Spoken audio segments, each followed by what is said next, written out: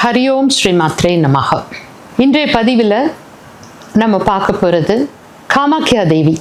காமாக்கியா தேவியை பற்றிய சில ரகசியங்களும் உங்கள் மனதில் இருக்கக்கூடிய ஐயங்களை நீக்கக்கூடிய விதமாகவும் இந்த பதிவை நான் வெளியிடுகிறேன். இது ஒரு கதையல்ல. காமாக்கியா தேவியை உயர்ந்த பட்ச சக்தி பீடம், சக்தி பீடங்களில் மிக உயர்ந்த சக்தி பீடம் காமாக்கியா. நிறைய பேர் இன்றைக்கு காமாக்கியா பீடத்திற்கு செல்லக்கூடிய ஒரு நிலையில் இருக்கும். ஆனால் அது என்ன ஏது எதுவும் தெரியாமல், அங்கே என்ன செய்யணும் அப்படிங்கிறதும் தெரியாமல், எதனால் அந்த பீடம் உயர்ந்த நிலையில் இருக்குது என்பதும் தெரியாமல், அந்த பீடத்திற்கு ஏதோ ஒரு கோவிலுக்கு செல்வது போல நாம் சென்று விட்டு வருகிறோம். இந்த பதிவில் காமாக்கியா தேவி யார், அந்த காமாக்கியா தேவி பீடத்துக்கு சென்றோம் என்றால் என்ன செய்ய வேண்டும், எப்படி தேவியை வழிபட வேண்டும் அங்கு என்ற ஒரு சில விஷயங்களை நான் உங்களோடு பகிர்ந்து கொள்கின்றேன். இது ஒரு என்ன சொல்றது, கண் திறக்கக்கூடிய ஒரு அவேக்கனிங் பதிவு மட்டுமே. இதற்குள்ளாக இருக்கக்கூடிய அநேக ரகசியங்கள் இருக்கு. மேற்கொண்டு உங்களுக்கு இதை பற்றி எதனால் தெரிந்து கொள்ள வேண்டும் என்றால், நீங்கள் காமாக்கியா உபாசனை வேண்டும் என்றால் எங்களை அணுகலாம். இது ஒரு கதை போல கேட்காமல் தேவியிடம் முழுமையாக சரணடைந்து இந்த பதிவுக்குள்ளாக நம்ம கடந்து போகலாம். ஓம் ஹ்ரீம் காமாக்யாயை நமஹ. முதலாவது காமாக்கியா தேவி யார் என்று பார்க்கலாம். காமாக்கியா என்பதற்கு என்ன அர்த்தம் என்பதை பார்க்கலாம். கா என்ற எழுத்து காமம். மா உங்களுக்கெல்லாம் தெரியும், மா விலங்கினங்கள்லேருந்து தன்னோட தாயை, அதாவது ஆடு மாடுலேருந்து ஆரம்பிக்கிறோம், அழைக்கக்கூடிய ஒரு சொல் மா. கிரியேஷன், யோனி, மா. கா மா ஆக்கியா, காமாக்கியா, ஆக்கியா ஃபுல்ஃபில்மெண்ட், அதாவது நிறைவேற்றக்கூடியது. அப்போது கா என்பது ஆசைன்னு நான் சொன்னேன், இச்சை என்றும் சொல்லலாம். மா ஆக்கியா, இச்சைகள், ஆசைகள், வேண்டுதல்கள், விருப்பங்களை நிறைவேற்றக்கூடிய ஒரு அற்புதமான ஸ்தலமே காமாக்கியா. இப்போ இந்த ஸ்தலத்தின் சிறப்பு என்ன என்பதை முதல்ல பார்க்கலாம். சதி தேவி தக்ஷ யாகத்தில் தன்னை முற்றிலுமாக எரித்து கொள்ளும் பொழுதும், சிவன் அதனால் கோபமுற்று அவளது உடலை எடுத்துக்கொண்டு ஆடியதும், அவளுடைய உடலின் பகுதிகள் இந்த உலகத்தின் பல பாகங்களில் சிதறியதும் நாம் எல்லாம் அறிந்த ஒரு விஷயம். பாரதத்தின் பல பாகங்களில், உதாரணத்திற்கு காமாட்சி அம்மன் நாபி பீடம் என்று சொல்கிறோம், அம்மாவோட நாபி விழுந்த இடம். இப்படி இந்த பாரத தேசம் முழுவதும் சில சக்தி பீடங்கள், இதை சக்தி பீடங்கள் என்று சொல்லுகின்றோம். இந்த சக்தி பீடங்கள் என்று சொல்லக்கூடியது தேவியினுடைய உடல் உறுப்புகள் விழுந்த இடமாகவும், இந்த சக்தி பீடம் என்பது அக்ஷரங்களோடு தொடர்புடையது, சமஸ்கிருதத்தில் உள்ள 51 அக்ஷரங்களோடு தொடர்புடையது என்றும் நாம் அந்த தந்திர சாஸ்திரத்தில் நாம் அதை நம்ம உடலில் கூட நம்ம அதை கொண்டு வரோம். அப்போது வெளிப்புறத்தில் இருக்கக்கூடிய இந்த 51 சக்தி பீடங்கள், இந்த சக்தி பீடங்களாக விளையும். இந்த சக்தி பீடங்களில் எல்லாவற்றிலும் உயர்ந்த சக்தி பீடம் எது, முதன்மையான சக்தி பீடம் எது அப்படின்னா காமாக்கியா. ஏனென்றால் தேவியினுடைய யோனி விழுந்த இடம் என்று, நீலாஞ்சல் மலை என்று சொல்லக்கூடிய இந்த மலை அம்பாளோட யோனி விழுந்த இடம். அதனால தான் அதற்கு பெயர் யோனி பீடம் என்று சொல்கிறோம். இப்போ இந்த யோனி என்கின்ற வார்த்தைக்கு என்ன அர்த்தம் என்று நம்ம பார்க்கலாம். யோனி என்றால் உருவாக்கக்கூடிய ஒரு இடம், உருவாக்கம். இப்போ ஒரு சின்ன விஷயத்தை நான் உங்ககிட்ட சொல்கிறேன். சனாதன தர்மத்தை பின்தொடரக்கூடிய நம்ம எல்லாரும் சிந்தித்து பார்க்கலாம். நமது வழிபடக்கூடிய தேவி லலிதாம்மா எடுத்துக்கோங்க. லலிதாம்மா எதிலிருந்து வந்தாங்க? சிதக்னி குண்ட சம்பூதா. புராணத்தை சொல்கிறேன். சிதக்னி குண்டத்திற்கு விளக்கம் நான் ஏற்கனவே கொடுத்துருக்கேன். கணபதி யோனி வழியாக பிறந்தாரா? இப்போ நான் உடல் ரீதியாக நான் பேசிகிட்டு இருக்கேன். கார்த்திகேயா யோனி வழியாக பிறந்தாரா? சிந்தித்து பார்க்கலாம் நண்பர்களே. நாம் வழிபடக்கூடிய முதன்மை தெய்வங்கள் எல்லாம் சுயம்புவாக வெவ்வேறு புராண கதையில கூட அவர்களை ஒரு பெண்ணினுடைய யோனியின் வழியாக வந்தவர்களாக சொல்லப்படவில்லை. அப்போ நாம் வழிபடக்கூடிய இந்த தெய்வங்கள், நீங்க சிந்தித்துக் கொள்ளுங்கள், நீங்க எதை வேணாலும் கம்பேர் பண்ணிக்கோங்க. ஒரு பெண் கலப்பு இல்லாமலோ அல்லது ஒரு ஆண் கலப்பு, ஆண் பெண் கலவையில பிறந்த தெய்வங்கள் இல்லை. அப்போ சுயம்புவாக ஒரு பிரைமோடியல் எனர்ஜி என்று சொல்லக்கூடிய எங்கும் நீக்கமற நிறைந்திருக்கக்கூடிய அந்த பரம்பொருளில் இருந்து ஏற்படக்கூடிய ஒரு வெளிப்பாடு யோனி.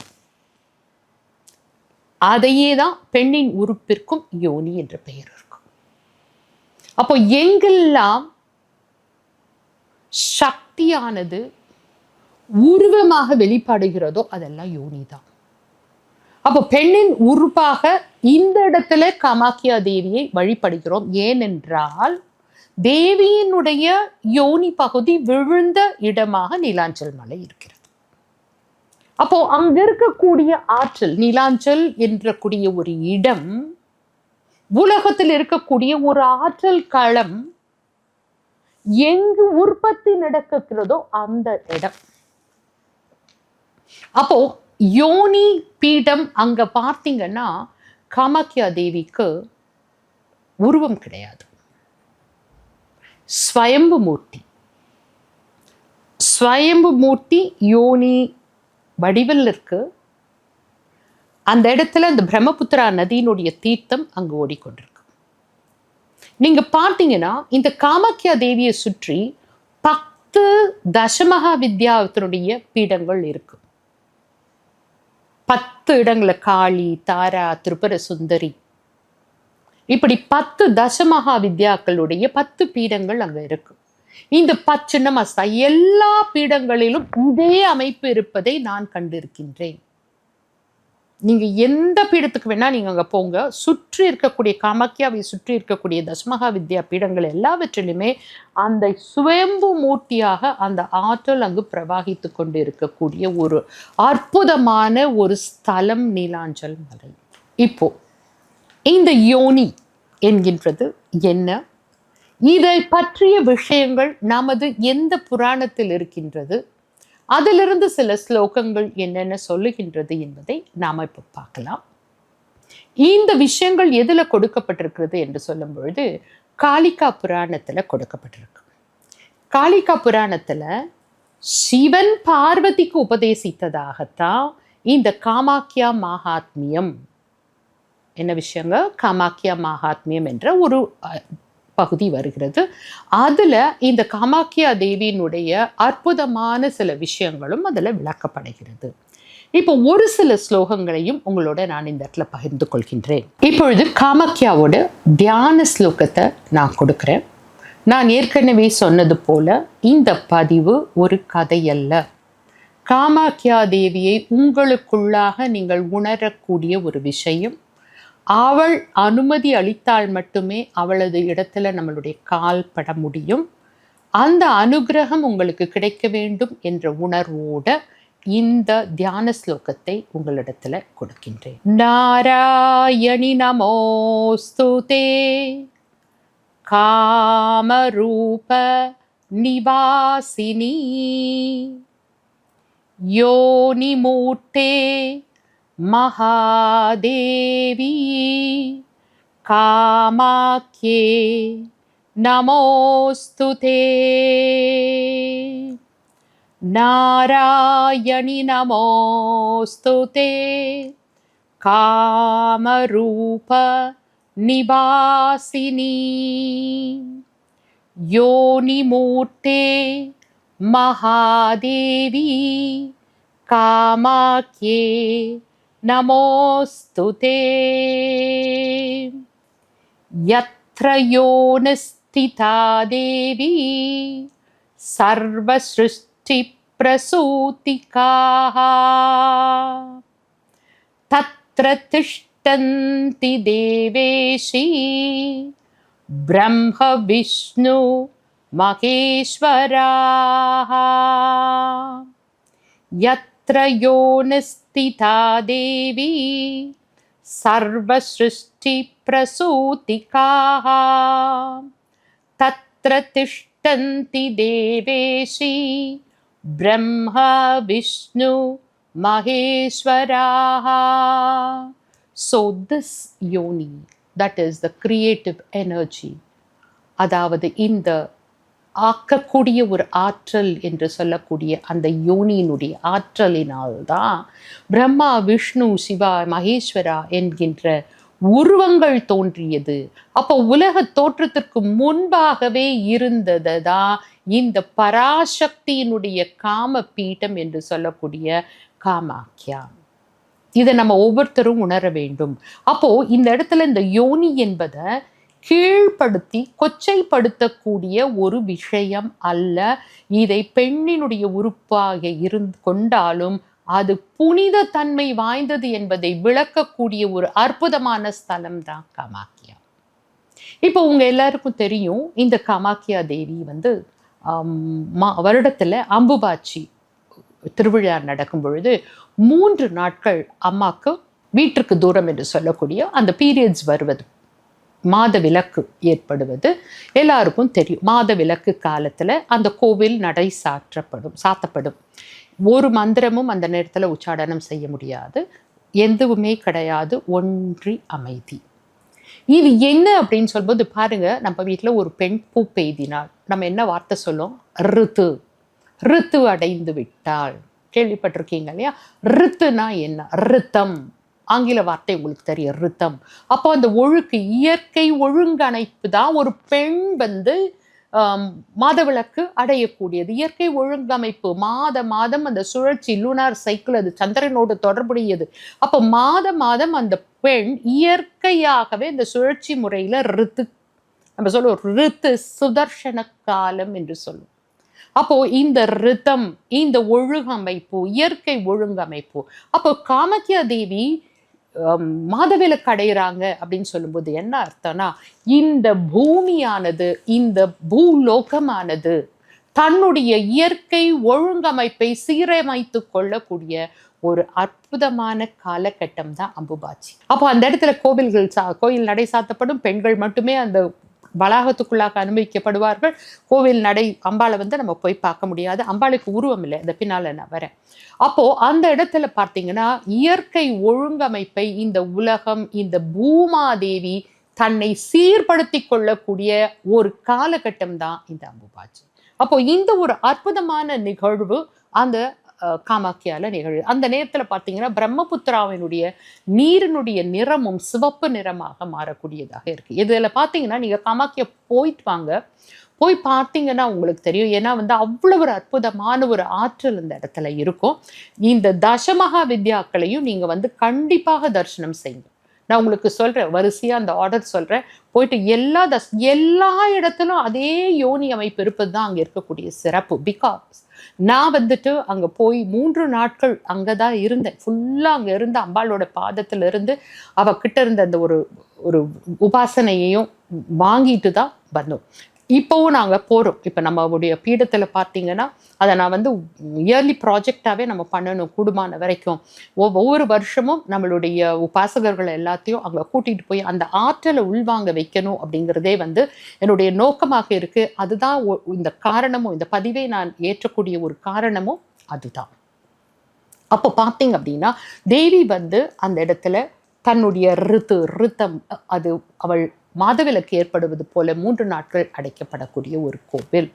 எல்லா தந்திர வித்தைகளுக்கும் அடித்தளமான பிரதானமான ஸ்தலம் எது அப்படின்னு சொல்லி பார்த்தீங்கன்னா இந்த காமாக்கியா.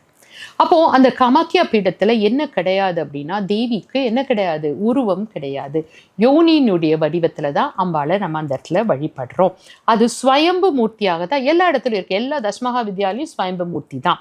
அப்போ இது நமக்கு பார்த்தீங்க அப்படின்னா இந்த காளிகா புராணத்துல எங்க வருதுன்னா, ந தத்ர பிரதிமா கார்யா யோனி ரூபா ஹிசா ஸ்மிருதா ஸ்வயம்பூர் நித்யதா தேவி காமாக்கியா லோக பூஜிதா.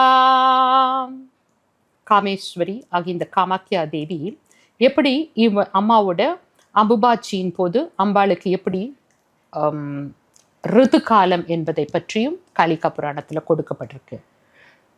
ரஜஸ்வலா பவே தேவி ரிது காலே மகாபலா ததா ந பூஜ்யதே மந்த்ரைர் ஸ்வசக்திம் சன்யசேத் பராம். அதாவது நம்ம சொல்லுவோம், இந்த அம்புபாச்சி நடைபெறும்போது எந்த மந்திர தீட்சையும் நடைபெறாது. எல்லா சாக்த உபாசகர்களும் அந்த காலத்தில் மந்திர தீட்சை அளிக்கிறதுக்கு கிடையாது. அதற்கு முன்னால் பண்ணலாம். அந்த இடத்துல தேவியினுடைய அதாவது ரித்து எஸ்டாப்ளிஷிங் த ரிதம், அப்போ தேவியினுடைய அந்த சாயுஜத்தை கண்கள் மூடிய நிலையில் மந்திர உச்சாடனம் இல்லாமல் ஒரு அனுபவிக்கக்கூடிய ஒரு ஆழ்ந்த அமைதி நிலையில் அனுபவிக்க வேண்டிய ஒன்று. இதுவே அனைத்து தந்திரங்களினுடைய பிறப்பிடமாக இருக்கின்றது என்றும் படிக்கிறோம். இப்போ இந்த தேவியினுடைய சாதனை பார்த்தீங்கன்னா குப்த சாதனா என்று நம்ம சொல்றோம், அதாவது ரகசியம். அப்போ அந்த ரகசிய சாதனை என்ன? ரகசிய சாதனை என்றா இதில் பார்த்தீங்கன்னா வாய் விட்டு மந்திரங்களை சொல்வதை விட அமைதி நிலையில் இருக்குது. நான் பதிவை ஆரம்பிக்கும் போதே ஒரு மந்திரம் சொன்னேன். இது காமனாக எல்லாரும் சொல்லக்கூடிய ஒரு மந்திரம். இது பார்த்தீங்கன்னா ஒரு பெரிய அதாவது தேவியினுடைய உன்னத உபாசனா மந்திரம் இல்லை, எல்லாரும் பயன்படுத்த வேண்டும் என்ற நோக்கத்தில் அந்த மந்திரத்தை சொன்னேன். நான் சொன்னது ஓம் ஹ்ரீம் காமாக்கியாயை நமஹ. இது பார்த்தீங்கன்னா வாய் விட்டு நீங்கள் காமாக்கியாவில் இருக்கும்போது எந்த மந்திரத்தையும் நீங்கள் வாய் விட்டு சொல்ல வேண்டிய அவசியம் இல்லை. எந்த ஒரு புது சாதனையும் நீங்கள் அங்கே தொடங்க வேண்டாம். நீங்கள் காமாக்கியா செல்லக்கூடிய வாய்ப்பு இருந்தால் அமைதியாக இந்த மந்திரத்தை உங்கள் மனதில் ஓட விடுங்கள். ஒவ்வொரு தசமகா வித்யா ஆலயமும் நீங்கள் செல்லும் பொழுதும் 2 அல்லது 3 நிமிடங்கள் அங்கே அமர்ந்திருந்து இந்த மந்திரங்களை உங்களுக்கு மனதிற்குள்ளாக அந்த மந்திர உச்சாடனத்தை நீங்கள் செய்துவிட்டு தேவியிடத்துல கேளுங்க, அம்மா உனது பரிபூர்ண அனுகிரகம் எனக்கு அளிப்பாயாக, உனது ஸ்வரூபமாகிய சுயம்பு ஸ்வரூபம் எனக்குள்ளாக வெளிப்படட்டும். அவ்வளவுதான். இதை நினைத்து கொண்டு அம்பாள் அங்கே இருக்கக்கூடிய அமைதியா உட்காருங்க. ஏன்னா நான் அடிக்கடி போகிறதுனால நான் சொல்றேன், நான் அங்கே போகும்போது பார்த்தீங்க அப்படின்னா அவ்வளோ சத்தம். அப்புறம் பார்த்தீங்கன்னா பெரிய கியூ இருக்கு, மக்கள் பேசிக்கிட்டே இருக்காங்க. ஆனால் என்னத்துக்காக அங்கே நிற்கிறோங்கிறதே தெரியாம பேசிக்கிட்டு இருக்காங்க. அடுத்தது இந்த ஸ்தலத்தில் நீங்கள் பார்த்தீங்கன்னா பலி வழக்கம் இருக்கிறது. நம்ம பலிதானம் கொடுப்பது என்பது தந்திரத்தில் கொடுக்கப்பட்ட ஒரு விஷயம்.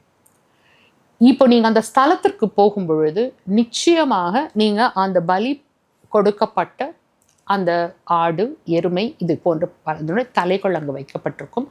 தயவு செய்து யாரும் மனதில் அந்த அருவருப்போடவோ அல்லது பயந்தோ அதை பார்க்க வேண்டாம்.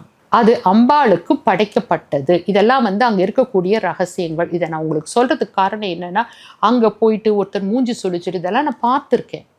வேண்டாம், நம்ம அதற்காக போகல. அம்பாளோட அதற்கு சில கோட்பாடுகள் இருக்கு, அதற்கு சில வழிமுறைகள் இருக்கு. அதற்குள்ளாக இருக்கக்கூடிய தந்திரங்கள் நமக்கு இப்ப தெரியாது. ஆனா எப்ப தெரியுமோ அப்ப தெரியும். அம்பாள் அதை வெளிப்படுத்துவா. அதனால அதை நம்ம தவறாக தயவு செய்து நினைக்கவும் வேண்டாம், தவறாக அதை பற்றி பேசாதீங்க. அமைதியாக சென்றுட்டு அந்த இடத்துல நிற்கிறதே நமக்கு பகவான் கொடுத்த அந்த நீலாஞ்சல் மலையே. நீங்க காமாக்கியா பீடத்தை சுற்றி இருக்கக்கூடிய அந்த தசமகா வித்யாவும் அந்த நீலாஞ்சல் மலையே பார்த்தீங்க அப்படின்னு சொன்னாக்கா அம்பாளோட பரிபூர்ண சாயுஜ்யம் இருக்கக்கூடிய ஒரு இடம். வாய்ப்பு இருக்கவர்கள் சென்று வாருங்கள். ஆனா இங்கிருந்து கிளம்பி அங்க போய் நீங்க அஸ்ஸாம்ல போய் இறங்குனதுக்கு பிறகு மௌனத்தை கடைபிடிங்கள். அம்பாள் தரிசனம் முடிச்சுட்டு வெளியில திரும்பவும் வர வரையிலும் ஒரு அமைதியை மட்டும் கடைபிடிங்கள். வேற எதுவுமே வேண்டாம். உங்களுக்கு மனது வெளியில போகுதுன்னு நினைச்சீங்கன்னா ஓம் பிரேம் காமாக்கியாயே நமஹ இதை சொல்லிக்கிட்டே அந்த கோயிலில் பிரதட்சணம் அம்மாவை உள்ளே போய் பெரிய கியூ தான் இருக்கும். அது நீங்கள் எப்படியோ ஒரு ஸ்பெஷல் டிக்கெட்ஸும் இருக்குது. நீங்கள் எப்படியோ போயிட்டு அம்மாவை பொறுமையாக அங்கே நிற்கக்கூடிய நேரம் ஒவ்வொன்று. எப்படி நம்ம இங்கேருந்து திருப்பதி போகிறோம் அப்படின்னு சொன்னாக்கா நம்ம நின்று போகிறோம். ஏன் நின்று போகிறோம் சொல்லுங்கள் பார்க்கலாம். எவ்வளோ நேரம் அங்கே இருக்கோமோ அவ்வளோ நேரம் அந்த இடத்துல இருக்கக்கூடிய ஆற்றல் நமக்கு கிடைக்கும். நம்ம என்ன பண்ணுறோம், அங்கே போய் நிற்கிறத சலிச்சிக்கிறோம், திட்டுறோம், முன்னால் இருக்கவங்கள பிடிச்சி தள்ளுறோம். அந்த ஒழுக்கமின்மை இல்லாமல் நாம் எதுக்கு வந்திருக்கோம் அப்படின்னா, இந்த இடத்துல இருக்கக்கூடிய அந்த ஆற்றலை நம்ம வாங்கிக்கணுங்கிற ஒரு எண்ணத்தோடு நம்ம வந்திருக்கோம் அப்படின்னு சொல்லிட்டு அம்பாளோட சந்நிதியில் அமைதியாக நின்று இந்த காமாக்கியா தேவியினுடைய தரிசனத்தை அடையுமாறு உங்களை நான் கேட்டுக்கொள்கின்றேன். சரி, இப்போ இந்த காமாக்கியா தேவியினுடைய சந்நிதியில் இருக்கும் பொழுது வேறு என்னெல்லாம் செய்யலாம் அப்படின்னா, அம்பாளோட ஸ்வரூபத்தை, அதாவது ஒரு ஒளியாக, செந்நிற ஒளியாக, நம்ம லலிதா அம்மாவோட காமரூபம், அதனால செந்நிற ஒளி. இந்த காமாக்கியா பீடத்தோட தொடர்புடைய சக்கரங்கள் எதுன்னு நம்ம பார்த்தோம்னா, மூலாதாரம், சுவாதிஷ்டானம், முக்கியமாக சுவாதிஷ்டானம், மணிப்பூரக்கம் வரையிலும். அப்போ பார்த்தீங்கன்னா நீங்கள் அந்த இடத்துல கூட நீங்கள் அந்த ஆற்றலை குவித்து கொள்ளலாம். உங்களுடைய ஆற்றலை அந்த இடத்துல குவித்து கொண்டு அம்மாவை மட்டும் நீங்கள் எந்த மந்திரமும் உங்களுக்கு தேவையில்லை. ஓம் ஹ்ரீம் காமாக்கியாயே நமக, அதுவும் இல்லாமல் மனம் அப்படியே ஒடுங்கி நின்று ஒவ்வொரு தஸ்மகா வித்யா பீடத்திலும் குறைந்தபட்சம் ஒரு 5 நிமிடங்கள் அமைதியாக அமர்ந்திருந்து அத்தனை தஸ்மகா வித்யா பீடங்களையும் பார்த்து வருமாறு நான் உங்களை கேட்குறேன். ஏன்னா நான் முதல் தடவை போடும்போது எனக்கு இதெல்லாம் தெரியாமல் நாங்கள் வெறும் காமாக்கியை மட்டும் பார்த்துட்டு வெளியில் வந்துட்டோம். அதே மாதிரி உள்ள நுழையும் பொழுதே பார்த்தீங்க அப்படின்னு சொன்னாக்கா, உள்ள நுழையும் போதே உங்களுடைய இடது பக்கத்தில் பார்த்தீங்கன்னா பைரவர் சந்நிதி இருக்கும். ஏன்னா இது இந்த தந்திரா முழுவதும் பைரவரால் உபதேசிக்கப்பட்டது. பைரவர் சந்நிதிக்கும் சென்று அந்த இடத்துல சிறிது நேரம் அமர்ந்து பைரவர்கிட்ட இருந்து ஆற்றலை பெற்றுக்கொண்டு அப்புறம் போயிட்டு நீங்கள் காமாக்கியா தேவியை தரிசனம் செய்யுங்க. அந்த யோனி தத்துவம் உங்களுக்குள்ளாக புலப்படட்டும். எந்த வரிசையில் நீங்கள் இந்த தஸ்மகா வித்யா கோவில்களை பார்க்கலாம் என்று சொன்னால், முதல்ல அம்பாவை பார்த்துருங்க, காமாக்கியா தேவி. திரும்ப காளி போங்க, தாரா போங்க, திரிபுர சுந்தரி, புவனேஸ்வரி, பைரவி, சின்னமஸ்தா, தூமாவதி, பகலாமுகி, மாதங்கி, கமலாத்மிகா. திரும்பவும் காமாக்கியாக்குள்ளே வாங்க. உள்ளே போகிறதுக்கு தர்ஷனத்திற்கு வழி இருந்தால் பாருங்கள், இல்லைனாலும் பரவாயில்ல, ஒரு பிரதட்சிணமாக காமாக்கியா தேவி இடத்துல வந்துட்டு உங்களுடைய விஷயங்களை மனசார நினச்சிட்டு வந்துடுங்க. இப்போ இந்த இடத்துல இச்சைகளை பூர்த்தி செய்பவள் என்று சொல்லும் பொழுது ஒரு முக்கியமான விஷயம் நான் என்ன சொல்கிறேன்னா, அந்த இடத்துல போகிறதுக்கு முன்னால் வேணால் நீங்கள் என்ன வேணால் மனசில் நினச்சிட்டு போங்க. ஆனால் அங்கே போயிட்டு எனக்கு இது கூட அது கூடலாம் எதுவுமே கேட்காது. ஏனென்றால் இச்சைகள் என்று சொல்லும்போது என்ன வேணால் இச்சைகள் வரலாம். ஆனால் அம்பாளோட அனுகிரகத்தின்படி எனக்கு எது வகுப்பு, அங்கே போனீங்கன்னா பாருங்கள், உங்களோட இச்சையோட திசை திருப்பப்படும். அதை மட்டும் நான் சொல்ல முடியும். ஏன்னா நீங்கள் சொல்லலாம், காமாக்கியா நான் தவறான இச்சையோடு அங்கே போனால் அதை நிறைவேற்றி கொடுப்பாங்களா? தவறான இச்சையாக இருக்கிற பட்சத்தில் நிறைவேற்றி அதனால் வரக்கூடிய தண்டனையும் நீங்கள் அனுபவிப்பீங்க. அமைதியாக அங்கே அம்மா கையில் ஒப்படைத்துட்டு முழுசா, தாயே உனது அனுகிரகத்தையும் எனக்குள்ளா கொடு, உன்னை எனக்கு காட்டு, உன்னுடைய அருள் எனக்கு பரிபூரணமாக நிறையட்டும் என்று அந்த ஒன்றை மட்டும் வேண்டிட்டு வாங்க. எல்லாமே நடக்கும். நடக்காதது எதுவுமே இல்லை. அவள் எல்லாவற்றையும் உங்களுக்கு பார்த்து. இதுதான் நான் பொதுமக்களுக்கு கொடுக்கக்கூடிய ஒரு அழைப்பு. காமாக்கியா போகக்கூடிய ஒரு விஷயம் இன்னைக்கு தமிழகத்தில் அதிகமாக போயிட்டுருக்கு. ரொம்ப ரொம்ப சந்தோஷமான விஷயம். ஆனால் எப்படி போகணும், அது எல்லா கோவில்கள் நீங்கள் போகிறோம் இல்லைங்களா, மற்ற கோவில்கள் போல் அங்கே போய் ஒரு மூர்த்தியவோ ஒரு அலங்காரத்தையோ வேறு எதையுமே உங்களால் பார்க்க முடியாது. நீங்கள் அம்பாளை போயிட்டு அந்த இருட்டாக இருந்தது, நிறைய பேர் சொல்கிறாங்க இருட்டாக இருந்தது, எனக்கு பயமாக இருந்தது, உள்ளே போயிட்டு என்னத்தை பார்க்குறதுனே தெரில, எதையும் பார்க்கவே வேண்டாம். என்ன கண்ணில் தெரியுதோ அதை பாருங்கள். அமைதியாக உள்ளே போயிட்டு அந்த தீர்த்தம் கொடுப்பாங்க, அமைதியாக வெளியில் வாங்க. மௌனம் மட்டுமே அங்கு அனுமதிக்கப்பட்ட மந்திரம். மௌனமாக போயிட்டு மௌனமாக வாங்க. ஓகே, இப்போ பார்த்தீங்கன்னா அங்கே நம்ம உங்களுக்கு சொன்ன மௌனம் மட்டுமே உங்களுக்கு இந்த காளிகா புராணத்தில் இருக்கக்கூடிய காமாக்கியா மகாத்மியத்தினுடைய பலஸ்ருதி ஸ்லோகாவியை மட்டும் சொல்லி இந்த பதிவை நான் நிறைவு செய்கின்றேன். ஏ தத் பட்டே நரஃப் பக்த்யா காமாக்யாயா சமாஹிதா புக்தி முக்தி பிரதா தேவி சதா தஸ்யா பிரசன்னதாம். அதாவது என்ன சொல்கிறோம், இதை காமாக்கியா தேவியை பக்தியோடு வழிபடும் பொழுதும் அவளது மகாத்மியத்தை படிக்க வாய்ப்பு இருக்கவர்கள் வரலாம், கற்றுக் கொடுக்கப்படும். அப்போது என்ன நடக்கும் என்றால், பக்தி முக்தி பிரதாதேவி உங்களுக்குள்ளாக அந்த பக்தியையும் முக்தியையும் கொடுத்து சதா தஸ்ய பிரசன்னதா நமக்கு பிரசன்னமாக இருப்பாள். இதுக்கு மேலே என்ன வேணும்? நல்லா யோசித்து பாருங்கள். இதுக்கு மேலே என்ன வேணும்? தேவியினுடைய பிரசன்னம் நம்ம கூட இருக்குது அப்படின்னாலே வாழ்க்கையில் வெற்றி தான். அது வேணும் இது வேணும்னு கேட்கறதெல்லாம் ஓரமாக வச்சுட்டு எனக்கு நீ வேணும், அவ்வளோதான். உனக்கு என்ன வேணும்? எனக்கு தேவியினுடைய சாயுஜ்யம் வேணும், எனக்கு தேவி மட்டுமே வேணும். அது இருந்தால் எல்லாமே நமக்கு கிடைச்ச மாதிரி. அதனால் உங்களுக்காக இந்த பதிவை நான் இன்றைக்கி பதிவேற்றம் அம்பாளோட அனுகிரகத்தால் பண்ணியிருக்கேன். நான் உங்களுக்கு கொடுக்கக்கூடிய மந்திரம் ஓம் ஹ்ரீம் காமாக்யாயை நமஹ. ஓம் ஹ்ரீம் காமாக்யாயை நமஹ. ஓம் ஹ்ரீம் காமாக்யாயை நமஹ.